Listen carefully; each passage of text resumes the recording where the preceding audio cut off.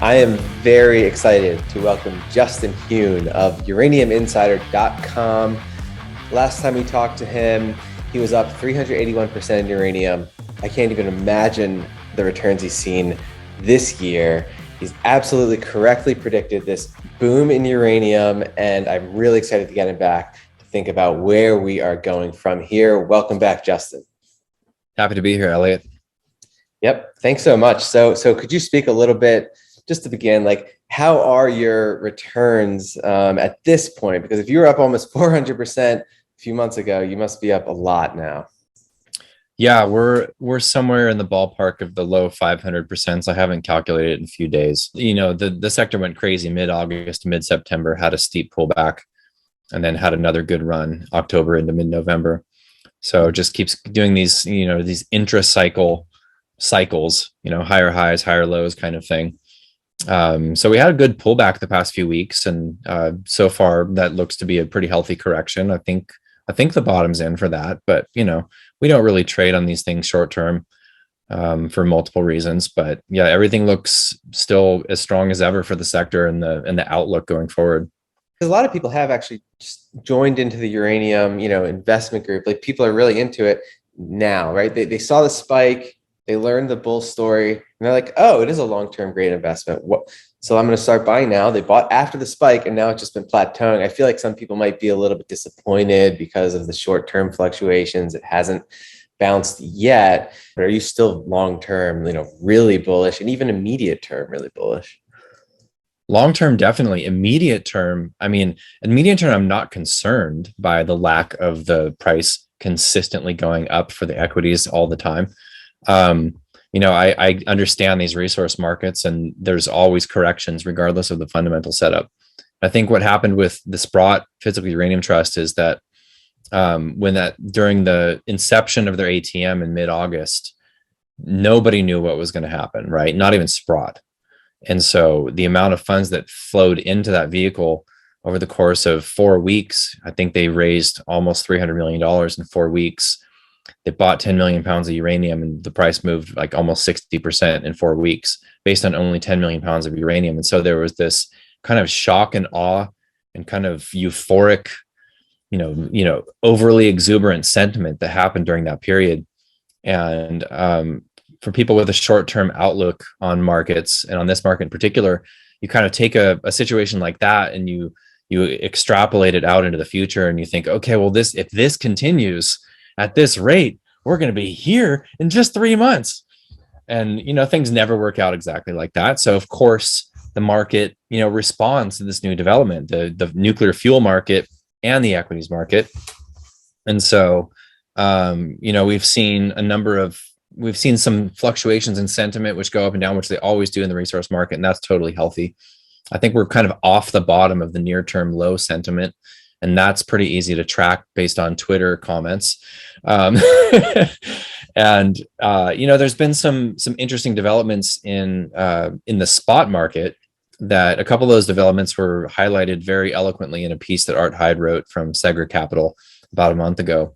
A couple of those developments that I'll try to line out here for you really quickly. One of them is that some of the financial players that had purchased physical uranium over the past couple of years, some of that we knew about, some of that we kind of knew was happening, but didn't really know the specifics on volumes and prices paid and all of that. But there are and were other hedge funds that did come into the uranium market to kind of scoop up, especially early part of this year. So some of those funds have since then sold those pounds into the Sprott market to Sprott, essentially in exchange for trust units for the Sprott Physical Uranium Trust. Why? Why hold physical uranium if you can hold this highly, highly liquid, stock essentially, and have the exact same upside potential with exposure to the physical commodity? So that's one thing that's happened. I don't think that's been huge volumes. I'd be surprised if it was more than maybe 5 million pounds. The other thing that's happening, or has happened, and probably will continue to happen to some extent until we work through whatever is held in carry, is that these carry traders, which are essentially uranium traders that secure delivery commitments and delivery contracts from utilities out into the future, they purchase the pounds in the open market and carry them forward into the future. They pay the storage fees. They add the cost of capital for them to borrow the money to buy the uranium. They add their own profit margins, and they come up with a contract for delivery out into the future. So a number of utilities had signed carry trade contracts. I mean, this was a huge means of buying and selling uranium over the past 5 years, especially working through what was a really large standing global mobile inventory from the excesses of the previous, the previous bear market, let's say. And so when these carry traders sign these agreements, purchase and carry these pounds, what happened recently is that when Sprott came into the market and the spot price shot up so quickly, you had this period of backwardation, which still exists currently right now, where the present price of the commodity is higher than the forward curve. And so what these traders have been able to do to some extent is sell some of the pounds that they're carrying into the spot market, probably to Sprott, and then secure delivery of midterm contracts that will come to them in a few years, and then they will use those pounds to fulfill their obligation. So that's what Art Hyde was calling that a reverse carry trade, and essentially it's just a backwardation in the market and carry traders using the pounds they're carrying to play some arbitrage on that differential between the midterm price of uranium relative to the spot price being higher, whether that's $2, $3, $4, $5. It's a no-brainer trade for the carry traders. And I think that in the article he had quoted roughly 30 million pounds held in carry. So we can probably assume 5 to 10 of that maybe went to Sprott already. So what that means, essentially, my interpretation of this is that there's kind of some short-term liquidity that's come into the spot market that was unexpected. But basically, the pounds that these carry traders are securing out into the future are pounds that would have been available to utilities. And so, it's just like borrowing Peter to pay Paul, essentially. There's short-term liquidity in the spot market for the in-slip. But it thins out in the midterm based on this reverse carry trade development. So that's kind of what's going on right now. And I think that, it wouldn't take a whole lot of investment capital, relatively speaking, to come into that vehicle and into the space to work through a lot of that. And that's also assuming that there's sufficient backwardation to justify that trade. So short term, we could see less of a crazy speculative price spike. When this first started and we saw 10 million pounds move the spot price, 60% in 4 weeks, I was thinking, good Lord, we might see a crazy price spike over the course of 12 to 18 months.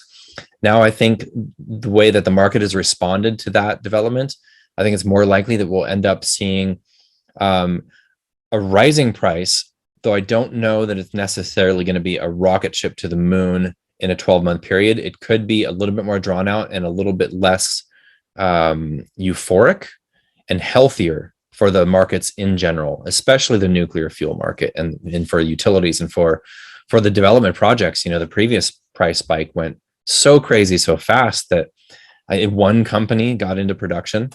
And by the time they were producing, the price had already crashed back down. So a more consistently rising price over a slightly longer period of time is what I think is going to develop, lacking a crystal ball, which is still great. I mean, I've never been more bullish on the sector still. We're still basically 100% long here.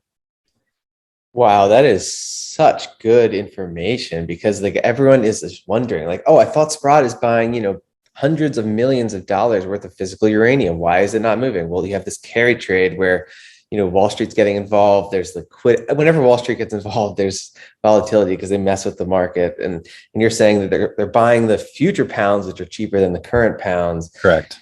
And that is what's causing it. So what about the headlines where Sprott's raising another $1 billion? They're raising so much money. Is that still not enough to see that explosive gain that we've seen in the past with them?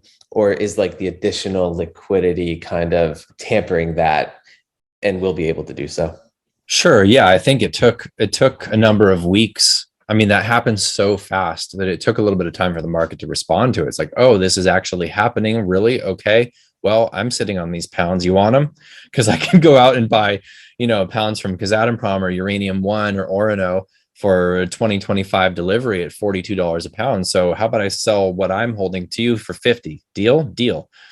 Now that we've seen how that response is working, unless and until the term price follows up and at least meets the spot price, and in a normal market is higher, the forward curve typically would be more expensive than the present, the current price, where you'd have a typical kind of contango situation. But so yeah, I think I wouldn't come into this market as an investor and expect the next 300 million that Sprott raises to buy 8 to 10 million pounds to move the price to $100 a pound. I don't think that's happening. So yes, I do think it's going to temper in the short term, but of course that has everything to do with two things: the amount of funds that flow into the space, one, and two, the level of backwardation that causes. So if the backwardation is minimal, if it's $1 or $2, that might not be sufficient to arbitrage that trade, considering the costs that they might incur to actually take that trade on. And also, there isn't, an unfathomably deep amount of pounds out on the midterm curve. There's only so many producers, and there's only so much pounds they can promise out for delivery 2024, 2025, whatever it might be. So there's a number of factors to consider. A lot of them are quite opaque, but yeah, I think, but I think the biggest determining factor really is the amount of funds that flow into the space. And that's impossible to predict, but there's clues, there's breadcrumbs here and there. There's a really big breadcrumb. That's practically a loaf of bread, which is Sprott taking over URNM. And so that's going to be the Sprott Uranium Miners ETF in a matter of months. And that allows them essentially to market that vehicle to their customer base, which is, in the hundreds of thousands of very wealthy institutional investors, alongside the Physical Uranium Trust. And of course, the Physical Uranium Trust is a holding within URNM. So they'll have this suite of these two products to market to their people. So that's one. Another is that Sprott CEO John Chipaglia is, telling the market that he's speaking with these supermarket funds, these funds that are managing hundreds of billions, if not trillions. So you can imagine $1 trillion fund taking a 0.5% position in uranium is a really big deal. That's 500 million in a single block trade. So these sorts of developments have the potential to happen at any time. And that's why we generally kind of position when things are weak and kind of hang on through the volatility, because you just don't know when that money is going to come into these vehicles. Yeah, absolutely. So that kind of covers the short-term issues and maybe, the tempering of the price spikes due to Sprott and things like that. That is really all good to know. But then so thinking long-term and the fundamental story, it's pretty much the exact opposite of what caused the decline after Fukushima, right? So after Fukushima, Japan went offline, France moved away from it, United States moved away from it. Now we have the exact opposite of that, right?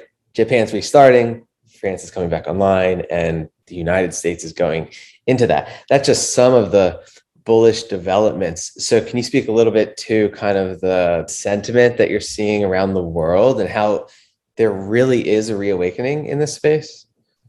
For sure, yeah. That news flow has been majority positive in terms of nuclear plants being saved in jurisdictions where they're on the chopping block, with a few exceptions. Belgium seems like they're forging ahead and closing the remaining of their reactors. Sweden closed one earlier this year, last year, that was on the chopping block. But there's been a number of them that have been saved in the States. And Germany, again, I don't hold my breath with Germany.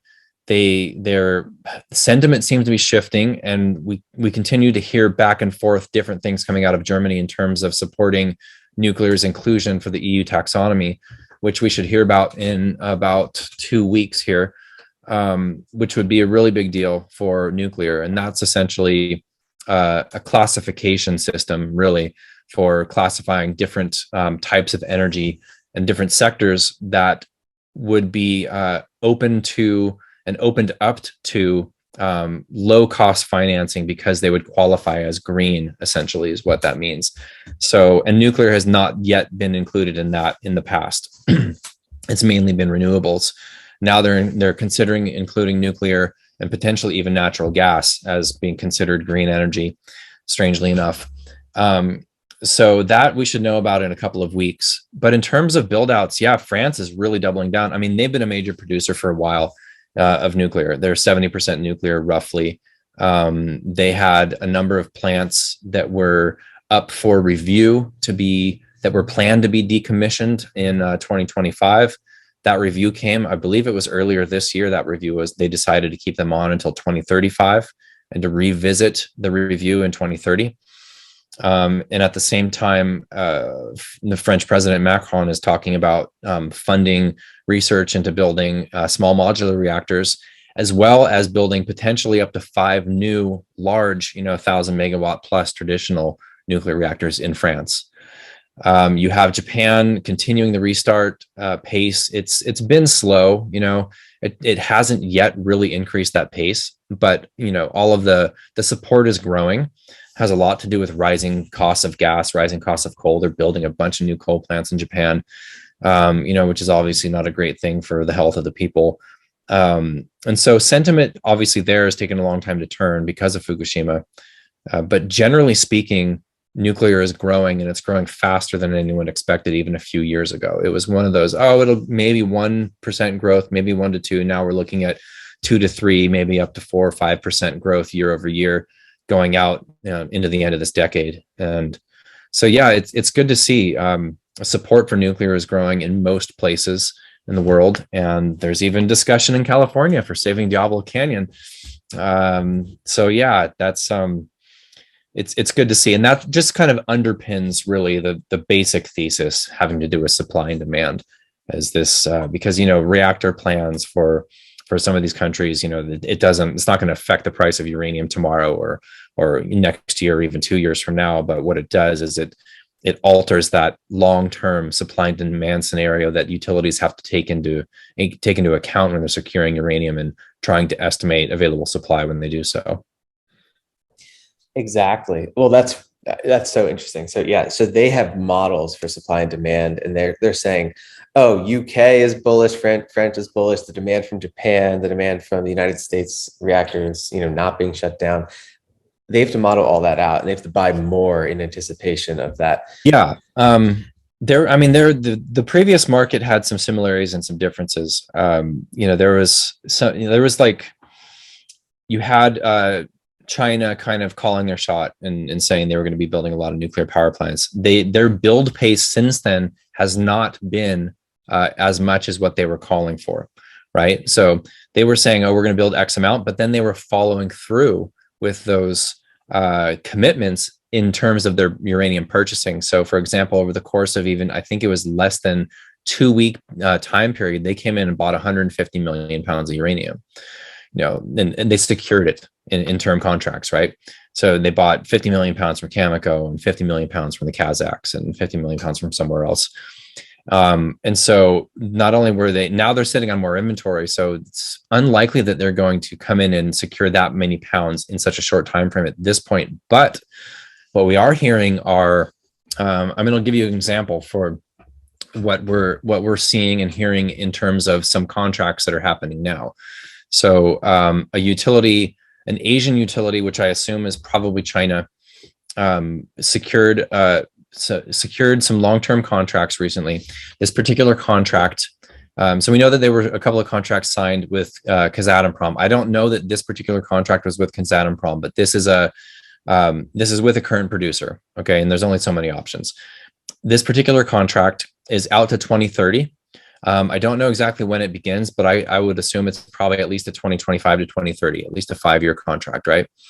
And so with contracts can look a lot of different things. A typical contract from the previous decade, a long-term contract would be partially fixed and partially spot referenced.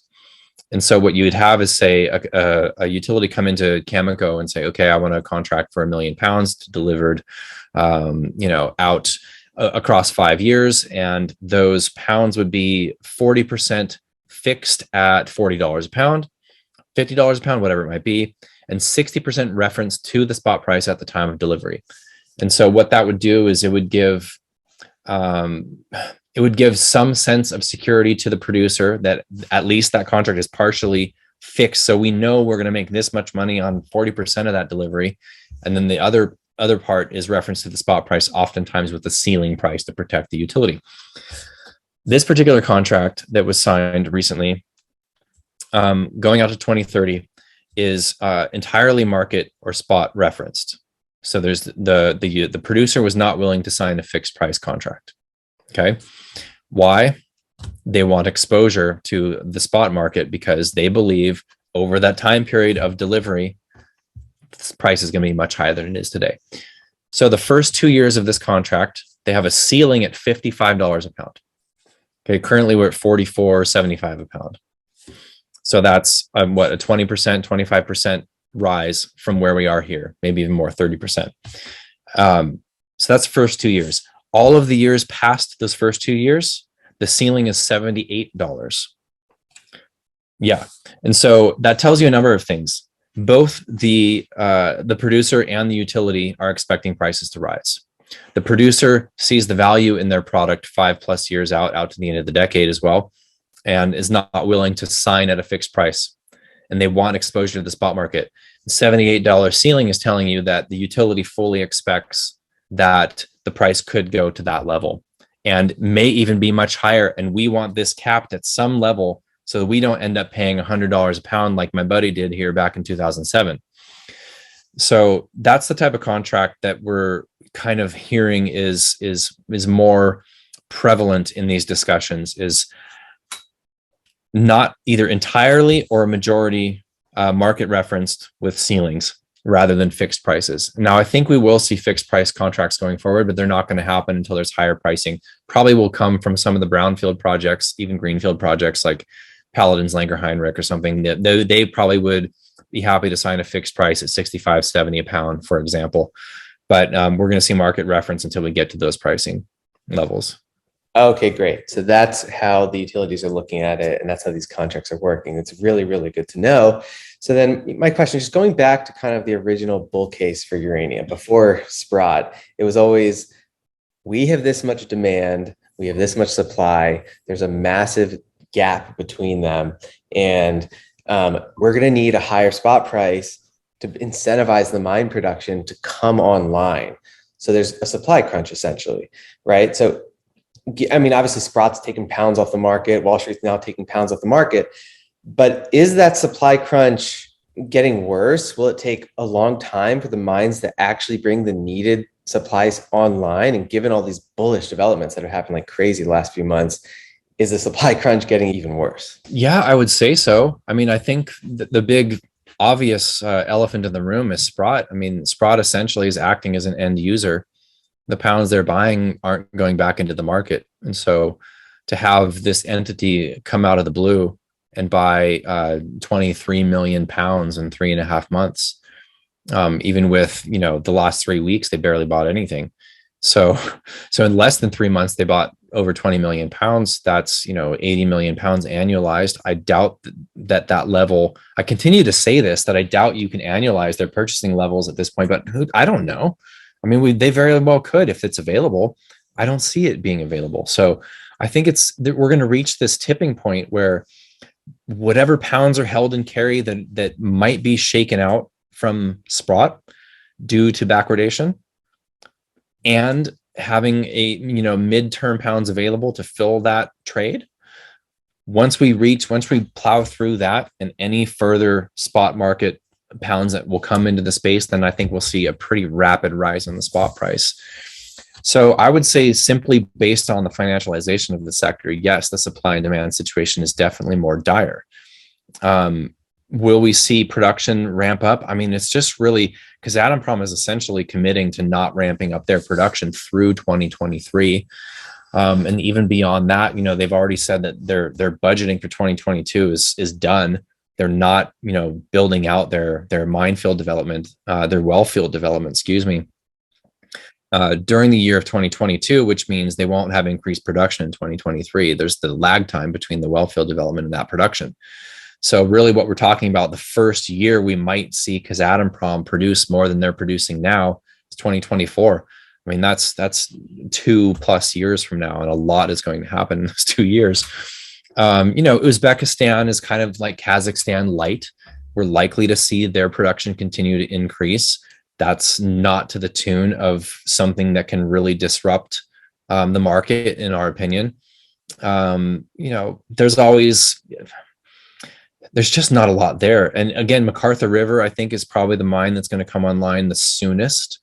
And even then, they're still signaling to the market they're not ready. They're not seeing what they need to see in terms of their contract book and utility interest to justify that coming back online. They'll likely announce that restart sometime next year. And what that would mean is 2023 would probably be their first year production from McArthur at 4 million pounds. Then 2024, then they maybe at the soonest, I see 2024 as being full production for McArthur. But again, McArthur's production, 70% goes to Cameco, and they're not spot market sellers. So that's all contract, that's all contract fulfillment. And so that 30% that goes to Orano, they do sell on the spot market, but they're not huge spot market sellers. They're one of the substantial spot market sellers, but they also have a big contract book as well. They sell, term contracts to utilities as well. So you can figure of the 18 million pounds a year, 30% of that is what, 30, 40, 50, like 5.5 million pounds. And maybe half of that goes in the spot market. So again, it's, 2 weeks of buying from Sprott. There's just not a lot that can come into the market to disrupt it. Maybe higher prices. We see some pounds get shaken out of Japan. There's some things that are just unknown until we get there. But we do know where we're going. We just don't know how fast. Yeah, that makes sense. So the supply crunch is here. It's going to take a long time for the mines to actually come back online. And it's going to take a higher price, right? Just bottom line. So that just isn't that a major catalyst for why the price will rise? Just because the mines need to be incentivized. There's so many dormant mines out there, right? Especially if you go out to the later part of the decade, there's a serious supply crunch.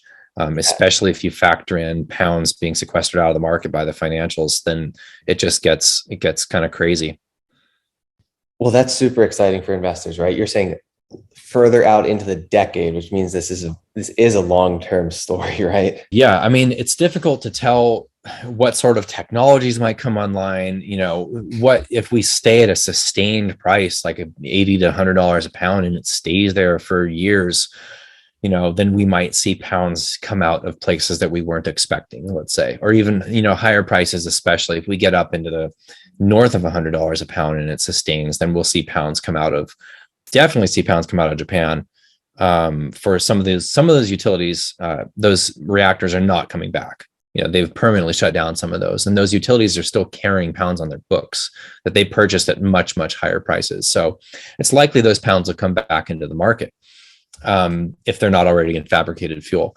Then you have things like uranium from seawater, that needs $200 a pound, uranium from phosphate tails that needs $150, $200 a pound plus, and the technology is not quite there. You're seeing, laser enrichment technology that's far more efficient than the centrifuge technology. That's still a number of years away. So there's all of these, spinning developments that are essentially irrelevant in the next 2, 3, 4 years. But when we're talking about 2028, 2029, 2030, who really knows? And who really knows what the markets in general will look like at that point? So we think that we still have a strong, probably 2 to 4 years of bull market based on all of these factors. And the price may spike. If it does, it's probably going to settle back down to something healthier. But I do think that, this is probably going to be a uranium super cycle if we still continue to see the types of developments that we're seeing in adoption of nuclear energy in countries that have never had it, countries that do have it expanding, plants getting life extensions, et cetera. It's looking extremely positive for nuclear, generally speaking. So should have a pretty sustaining long-term bull market.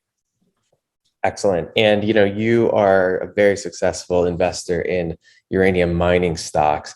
So just thinking about what could happen to a bunch of these mining stocks, right? You're not in the Camcos necessarily in the Kazatoproms. You like the juniors. So what kind of will happen to most of these juniors in this prolonged bull cycle? Because they're dormant now, they're waiting for a higher price, they're going to go back online at some point. Will they come back on too late? Or like, how does that life cycle even look like for a junior miner that's dormant right now? Well, I mean, most junior mining companies, generally speaking, are across all sectors, but in uranium in particular, will never produce a single pound of uranium or a single dollar of cash flow.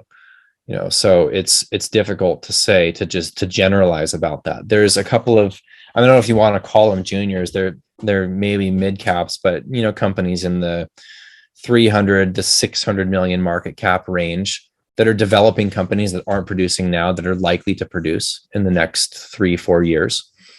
For the other juniors, for the straight up explorers, we don't really go after the straight up explorers because it's a little bit of a gamble. You're gambling on them hitting.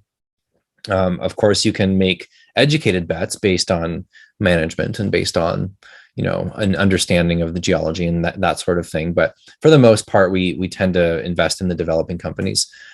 But for the explorers, if you can find a small cap junior explorer that does make a discovery during a bull market, that's probably going to be one of the largest winners in the bull market. But again, you take on another level of risk, knowing that that's essentially a gamble. But yeah, a developer, the companies that we like the most and that we are invested in and recommend are companies that have unique company catalysts. They're not companies that already are just sitting on a property and waiting for the price to go up. They have a story to tell. They have a story that's developing. They're actually moving and shaking to do something active, whether that's acquire new projects or actually bring something into production. They're staying relevant to the news flow. And if you believe in a management team and a project, and you believe that they will do what they say they plan to do in the cycle and they do it, that's a big winner. Those are the companies we really, really like. And so, the process that we have for choosing the companies we invest in definitely includes that immeasurable, story factor. What is this company going to do? It's not necessarily in their prospectus, in their investor presentation, but sometimes you have to read the tea leaves and kind of understand where they're going and what that will look like when they get there and how the market will react to it. So those, and then of course we look at jurisdiction and we look at share structure, we look at insider trading, insider ownership.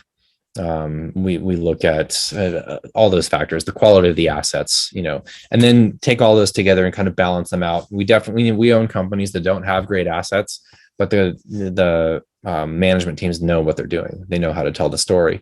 They are in jurisdictions that are decent. They know how to grow a company, and then companies that have fantastic assets and also good management. So it's important though to at least do some work to figure out where you're going to throw your money, because there's been huge differences in the performance of companies. There's companies that started out at a similar market cap 3 years ago. Some of them are up 2x from where they were, and some of them are up 70x, same market cap 2+3 years ago. And so, and I think as far as a diversified portfolio, we've done pretty well. We've outperformed the ETFs by about 50% this year, outperformed the broad market by about 6x. So that's really what we're trying to do. Yeah. Absolutely. And it's just so smart the way you're thinking, because, a lot of investors might say, oh, I just want to buy up uranium stocks because we're going to have a big bull market. And they don't actually look at the fundamentals of the business. Like, what is their roadmap? Like, are they going to cash flow? Do they have growth? And you actually look at all these really important metrics and find like companies that standing alone have a good plan, regardless of kind of the speculative price of uranium, right? And that's probably why you've done so well so far. Right. Yeah, definitely. The ETFs are not a bad way to go if you need liquidity. Let's say you're a larger investor and you want liquidity going into the ETFs, and the Sprott vehicle are probably good plays. They're safer. They're very diversified. But if you're a retail investor and you just kind of take the shotgun approach and buy something because you think it's cheap or because it's underperformed the rest of the sector and it's just a matter of time before it catches up, that's not really all that intelligent of a way to invest. And one last thing, every time I'm researching uranium, I'm looking things up. An article pops up, fusion, right? Like why now is a time where that technology is catching up, and some people do see it as like a deep threat to uranium, right? Fusion is more powerful than fission, which is what we're talking about here. Have you looked into fusion at all, and do you see it as a potential threat long term, or how long will it even take for that to come online? I don't necessarily see it as a threat, but I see it as kind of an addendum to what's happening currently. To see it as a threat would mean that it would essentially replace the existing reactors that are up and running now, nuclear fission reactors. I think it holds great promise. I think it's an exciting technology, and I think that it will eventually be a thing. But I don't see it as disrupting. While I say I'm a long-term investor, I do have, relative to discussing something like nuclear fusion and it disrupting the uranium market, I have a shorter term outlook for this trade. I'm still looking at that 2 to 4, maybe 5-year kind of investment. Fusion is not going to disrupt the uranium market in that time period. But it does look like, and I'm not a nuclear engineer, I don't fully understand it, but I do think that there's exciting developments when it comes to fusion, and it has a bright future, in my opinion. Yeah. Okay, but good to know, like in case, the narrative might pick up on fusion, but it's good to know that you're saying within the 2 to 4 year time frame of this bull market, we don't have to worry about it. Yeah, no way. Yeah, no chance. Yeah. Okay, great. Well, man, this is so exciting. Thank you so much for coming on. Where can people go to learn more, find your stock picks, and hear more about your research? Sure. Yeah. They can find me on Twitter at Uranium Insider. Our website is uraniuminsider.com. Feel free to send us an email. We offer a monthly newsletter, Uranium Insider Pro, where we put a very thorough, in-depth, 30 to 40 page letter every month. And we offer intra-month bulletins. These are emails that go out that are more timely, having to do with trade alerts and sector developments that are important for investors to digest and act on, that are sooner than just month to month.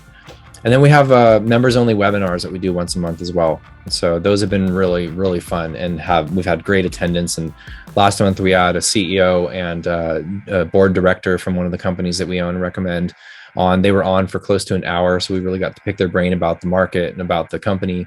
Previous month, we had John Champaglia from Sprott. This month, we'll be doing our webinar next week. This month, we'll have another CEO from one of the companies that we own. And that's great to have him on. It was hard to get him. So looking forward to sharing his insights with our members. And yeah, the uraniuminsider.com is basically where people can find me.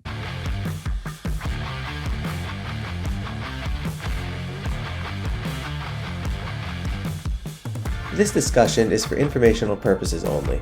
Nothing in this discussion should be taken as investment advice. Guests are not compensated for their appearance. Do not base any investment decisions on the information presented.